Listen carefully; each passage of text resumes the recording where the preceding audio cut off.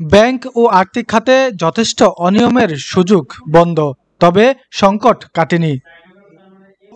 Bank দখল করে মানুষের জমানো টাকা হাতিয়ে নেওয়া, ক্ষমতাসীনদের সঙ্গে আঁতাত করে কিংবা সরাসরি রাজনীতিতে যোগ দিয়ে ব্যাংক থেকে টাকা বের করা, বাণিজ্যের ছদ্মবেশে অর্থ পাচার, ঋণখেলাপিদের নানা সুবিধা দেওয়া হয়, টাকা চাপিয়ে ব্যাংক টিকিয়ে রাখা, বৈদেশিক মুদ্রার মজুতে ধস। ক্ষমতাচ্যুত আওয়ামী লীগ সরকারের আমলে আর্থিক খাতে ছিল এই চিত্র।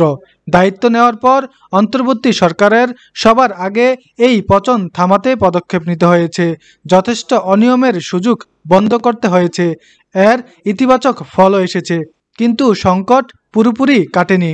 অন্তর্বর্তী সরকারের প্রথম ১০০ দিনে দীর্ঘদিন ধরে চলা ডলার সংকটের আপাতত সমাধান হলেও ব্যাংকিং খাতে যে আস্থার সংকট তৈরি হয়েছে তা দূর করা যায়নি। বেসরকারি ৫ থেকে ৬টি ব্যাংক থেকে গ্রাহকেরা এখনও চাহিদা মতো টাকা তুলতে পারছেন না।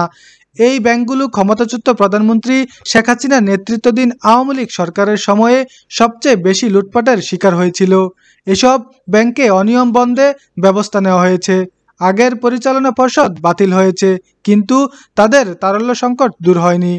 যে প্রবৃদ্ধির যে তথ্য আমাদের দেওয়া হয়েছিল, সেই প্রবৃদ্ধির যে উপাত্ত দেওয়া হয়েছিল, এইটার ভিতরে মারাত্মক ধরনের সমস্যা ছিল।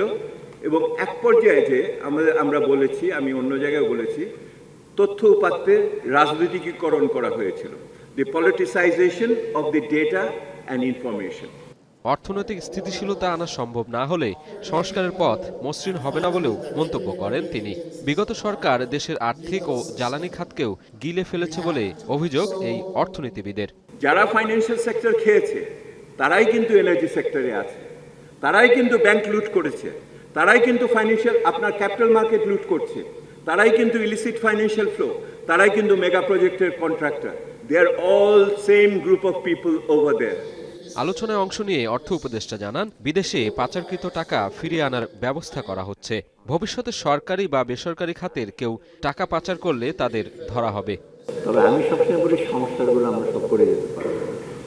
ইমিডিয়েট যেগুলো আর্থিক খাতের, ক্যাপিটাল মার্কেটে, এনবিআই, সেগুলো আমরা করবো একটা short term, overlapping to the mid term, আর মিড টার্মের পরে লং টার্ম তো করবে রাজনৈতিক সরকার। রাজনৈতিক পট পরিবর্তনের আগে বাংলাদেশ ব্যাংক টাকা ছাপিয়ে বেশ কিছু ব্যাংকে ধার দিয়ে আসছিল। নতুন সরকার গঠনের পর টাকা ছাপিয়ে ধার দেওয়া বন্ধ করা হয়েছে। তাদের টাকার যোগান দিতে বিশেষ ব্যবস্থা নেওয়া হয়েছে।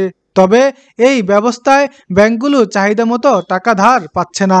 ফলে প্রয়োজন অনুসারে টাকা তুলতে না পারায় গ্রাহকের মধ্যে আতঙ্ক দেখা দিয়েছে। সার্বিকভাবে ব্যাংক খাতের উপর গ্রাহকের আস্থা ফিরে আসেনি। রাকিবুল হাসান, ডেস্ক রিপোর্ট, প্রধান সংবাদ, ঢাকা।